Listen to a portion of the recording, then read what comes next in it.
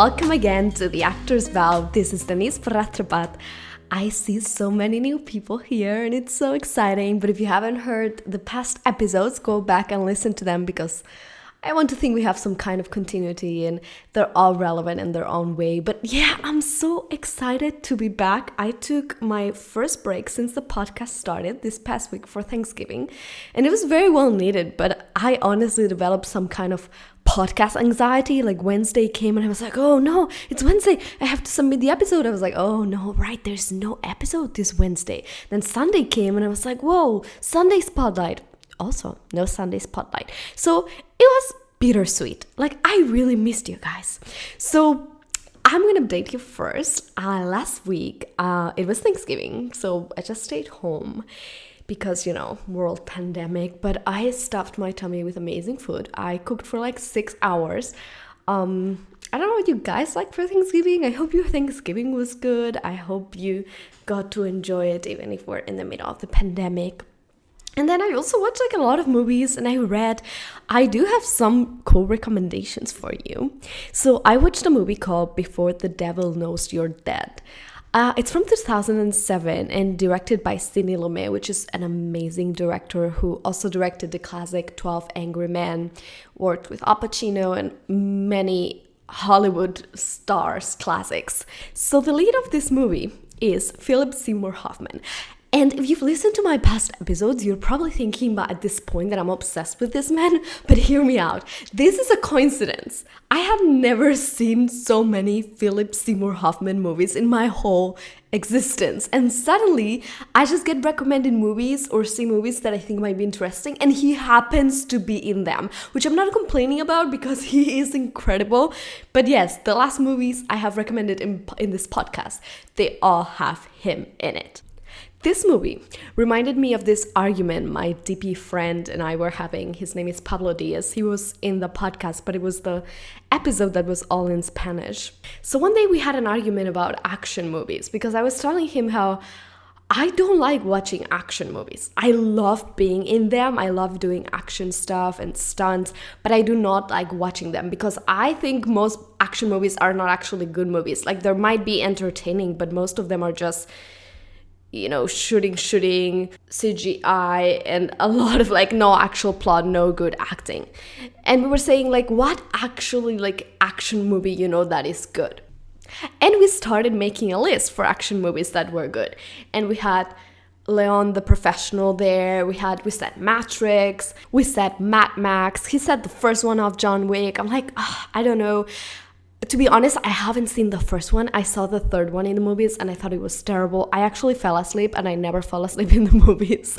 Then we were like The Dark Knight, but is that really action? There are so many action movies that are not just action, especially the ones that we're saying are like actually good, directing, acting, storyline. They're not just action. Like this movie that I'm telling you, Before the Devil Knows You're Dead, it's not just action, it's more like crime. So I don't know what you think, guys. What action movies are truly good movies? There's also Die Hard. There's also Inception. But like, do you consider Inception an action movie? What about Kill Bill? I don't know. Aliens, is that an actually good movie? And then we were like Star Wars, but it's also not action, it's sci-fi. And there is so much that goes into this conversation. So I would love to know your opinion. Action movies. What are good action movies? And before we get into this week's episode topic, I want to introduce the Sunday spotlight of this week. Her name is Kourtney Slowik, and she's an artist based in New York. I'm very excited for you guys to read her interview because she is going to be talking about musical theater and her struggles as an artist and what she's been doing during this quarantine to actually keep the dream alive. You'll be able to read her whole interview this Sunday on the Actor's Vow Instagram. But if you want to find her before, she has an Instagram. her handle is at Kourt_in_us. That's at KOURT_IN_OZ.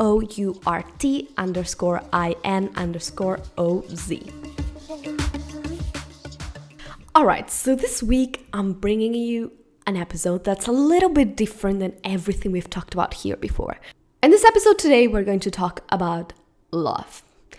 And it sounds very random, but I do want to start a series of episodes that talk about human emotions, because in the end, that's what we actors do. We're dealing with human emotions, and what human emotion is stronger than love. I do want to bring a very special guest that will talk about it more in depth, but I wanted to give you my 5 cents of what I think love is and how we as artists and actors can view it in many different ways, and how that can apply to our characters or our scripts or directing or whatever you want to do with it.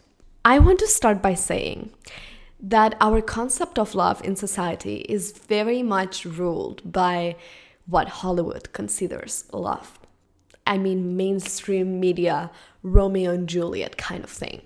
But we all know, even if it's subconsciously, that not all love is Romeo and Juliet love. And in fact, most love in our lives isn't like Romeo and Juliet, because that's just a play. That's ideal love. But that's not what we encounter in our everyday lives and what our characters will be encountering. The fact is that love takes very odd and different forms. And love can also be found in almost every situation you encounter. And that's something that I find it's been hard for me personally to understand and start to see. One thing is understanding the concept, but another is actually feeling that love in all the situations you might be in, no matter how bad they might be. I want to give you some examples from movies or plays, but I want to start saying this episode is of course more vulnerable because we're talking about emotions. And my idea of love really took a shift, I would say 1.5 years ago. You know, growing up, my concept of love, what we were saying, was very idyllic, very Romeo and Juliet like. You know, I would fall in love with someone and then fall out of love and then go fall in love with someone else, you know, what like we do as teenagers, what we see in movies. But then like you grow up and you realize that the concept of love is way more complex. Now, I was in a relationship with someone for 5 years that ended 1.5 years ago.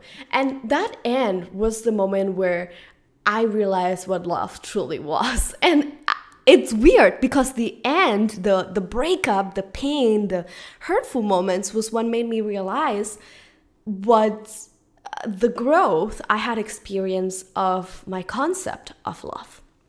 It was a very bad breakup, and I'm not going to get more into it, but there were so many more things that went into it more than just I'm leaving you. It was somebody I lived with, and there was a lot of things involved.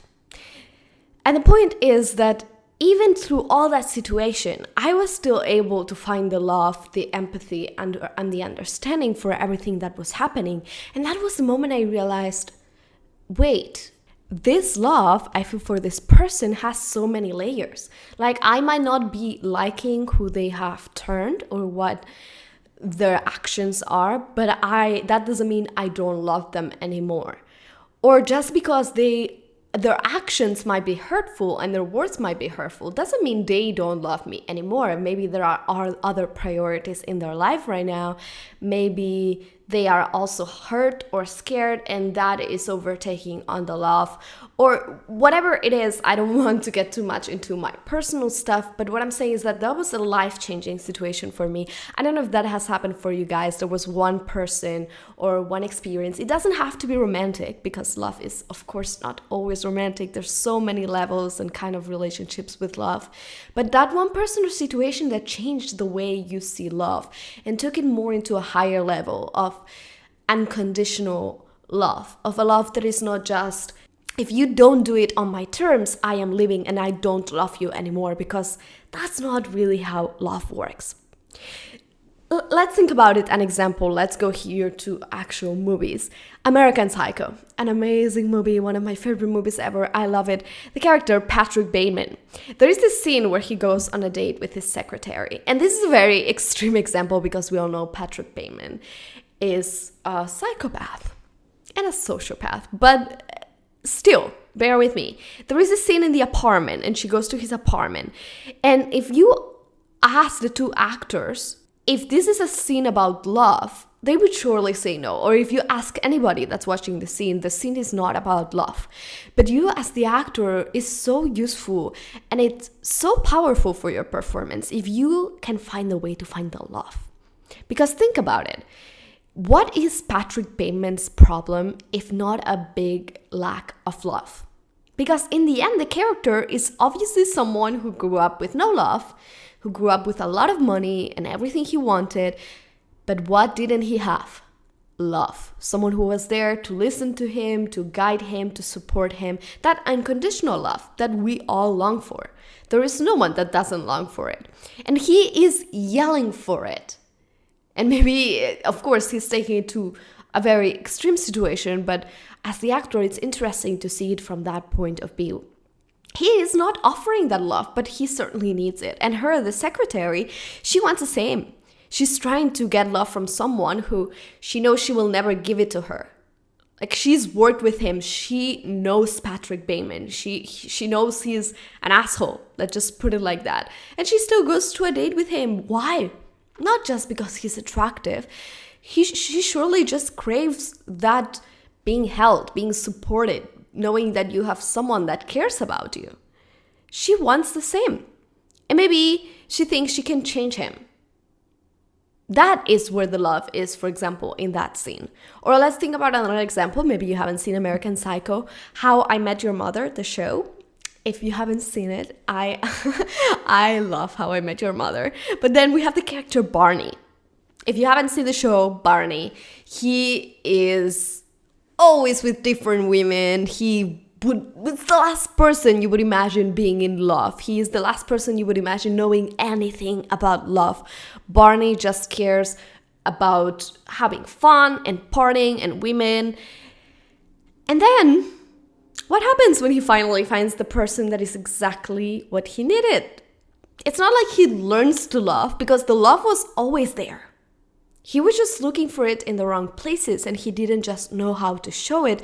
He didn't just know where to find it.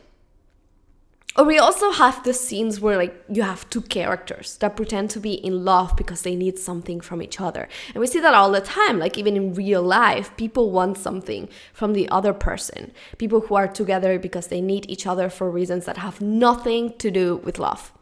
And they aren't offering love, and that is true. Those people are not offering love, but they certainly demand it, because when you're asking someone else to do something for you, you are demanding that love. You're demanding that support. Another example from another movie is Sophie's Choice. I rewatched this movie the other day, and if you haven't seen it, the best performance of Meryl Streep for sure, Sophie's Choice. An incredible movie all around, but if you just want to see it for Meryl Streep, it would be worth it. So Sophie's Choice, she is in love. And if you haven't seen it, it's a story of this woman who's a survivor of the Holocaust. And she came to America after she escaped, I think it was Auschwitz, a concentration camp. And this doctor saved her. She was very sick. He treated her. He saved her. And now they are together. Now there is idea of this. It's a very loose idea of love. They're always arguing. It's very obvious that the relationship is very toxic. He has certainly many issues and they're just not good together. Let's put it like that. There's so much in it. The idea of her owing him something because he saved her and he gave her a life that she wouldn't have otherwise. That idea of attachment and fear. What is she going to do without him? There is the idea that he yells at her, he puts his hands on her. He is, if you look at it from the outside, an asshole who doesn't love her. But if we get deep into it, they both have the need for love, and they both certainly have love for each other. And it's very funny because at the end, she has the choice to leave. She has the choice to be with someone who will be a healthier option for her, that actually truly loves her in a very what seems healthy, pure way. And she still chooses the other guy for what we were saying, the idea of owing, attachment, whatever it is that's going on with her. But she loves him. Besides all these things that we are mentioning that are not relating to love, the love is still there.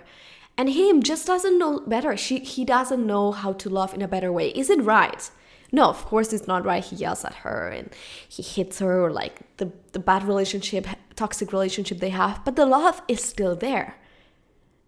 And we're not here to judge the character as actors. As an actor, you can't be like, oh, he's an asshole, he doesn't love her. As an actor, you have to be able to empathize and find the love in that character. Love, most times, is not even visible, like we've seen in all these examples. And I could just talk on and on about many examples in movies or in real life. It just doesn't mean it's not there, because it is always there. And, most people go, for example, through divorces. They go to the divorce court and they still love each other. They just could never find the terms of loving that they could agree on. Most things that we humans do, even when we say, I don't love you, or I don't want to be with you, or, for example, you have a toxic relationship with your parents, or you don't talk to your parents, or let's say you have a parent that left, or you have a parent that was abusive, whatever the situation might be, doesn't mean you don't love them. You might not like them. You, again, might not agree on the terms on what the relationship should work like, or you don't agree on the terms that what is right or wrong, but that doesn't mean the love is not there. And we have to understand that as actors, that love is realistically not pretty. Love doesn't need to be admirable either, and it can usually take really perverse forms. Like, that desire of love can bring people to really crazy situations.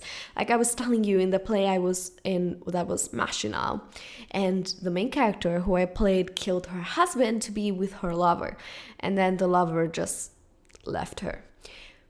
But that's what love brought her to do. Now, that it is wrong, but that's what love brought her to do. Love makes us do crazy things sometimes too, and that's where the love is in that scene. Maybe the scene where he kills her husband, you as an actor, if you're playing that character that's about to kill her husband, understanding that in her mind, that is about love, can make it very powerful. Something also to understand about love is that we humans can love more than one person at once.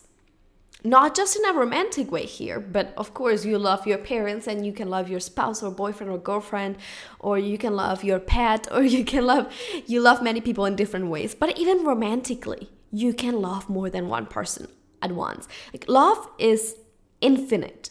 And we have this idea in our society that love has an end. That if you love me, you cannot love someone else, because if you give that love to someone else, there's less love for me. And that's not how it works. Love is really just infinite. There's no end to it. Just because one person has all your love doesn't mean another person can't. It's not something physical. It's not like a physical book that if I have, you can't have it. And we don't want to accept this as humans. We get very possessive, we get very jealous, we get very insecure. But as actors, we refuse to accept this too, and that's not okay.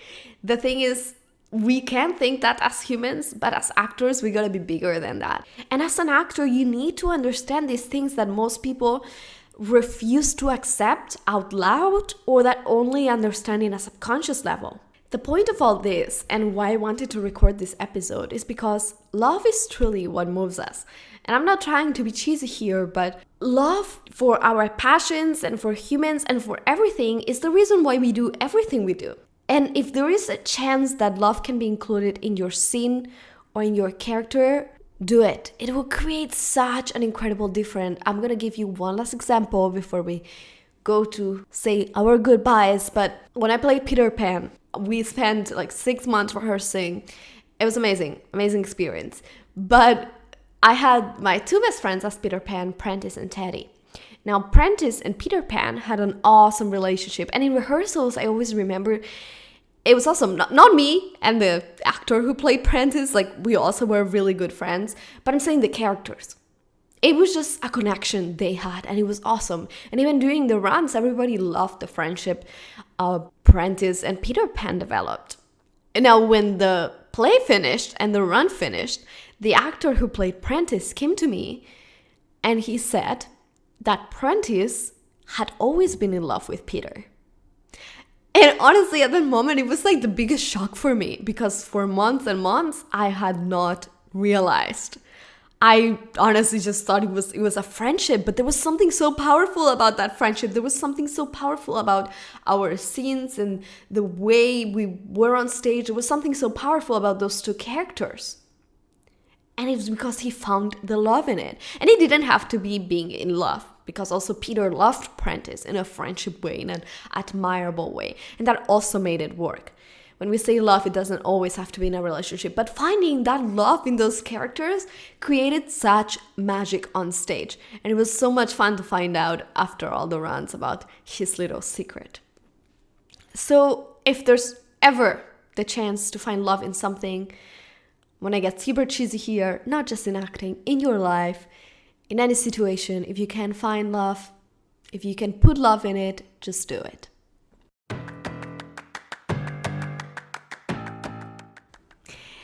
And before we end this week's episode, I want to bring the play of the week. This week, I am so excited because I'm bringing you a play that I actually finished reading today.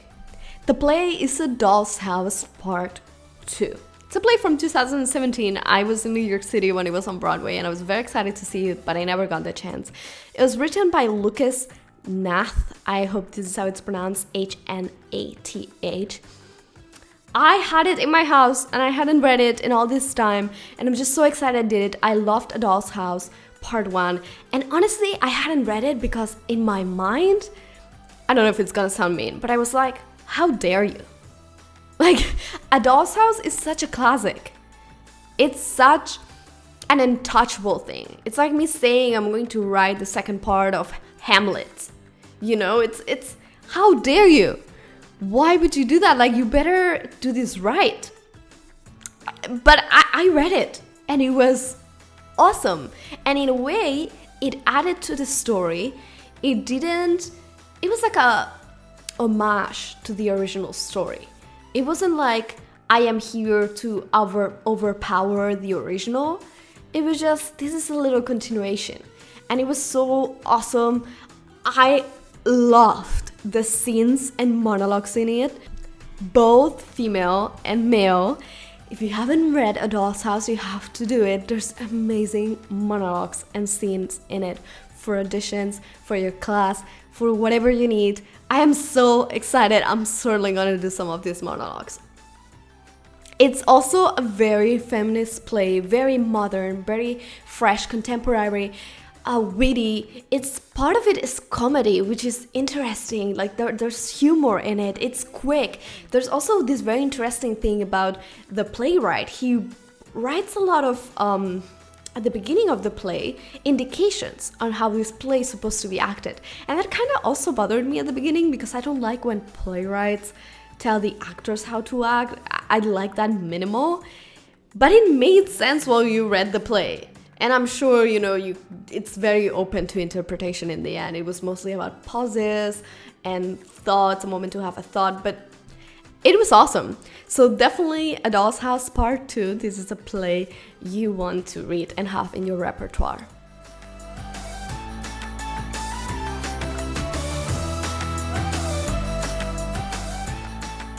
So this will be all for this week. We are going to have a guest next week, which I'm very excited about.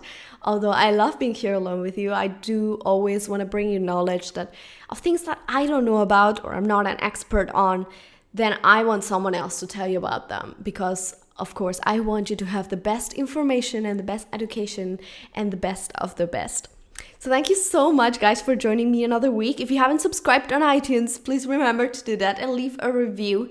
It's going to be very, very helpful for the podcast. And follow the podcast on social media, if you don't do already, at The Actor's Vow on Facebook, Instagram, Twitter, and YouTube. And also, I had very exciting news for this month that I sent out on an email last week. If you're not in the VIP Backstage Pass, you can sign up for it on Instagram or on the website. But if you got the email, you know what I'm talking about. I will probably post about it very, very soon on Instagram. And that's my little holidays present for you. So thank you again, guys. I love you. You are amazing. I'll see you next Wednesday.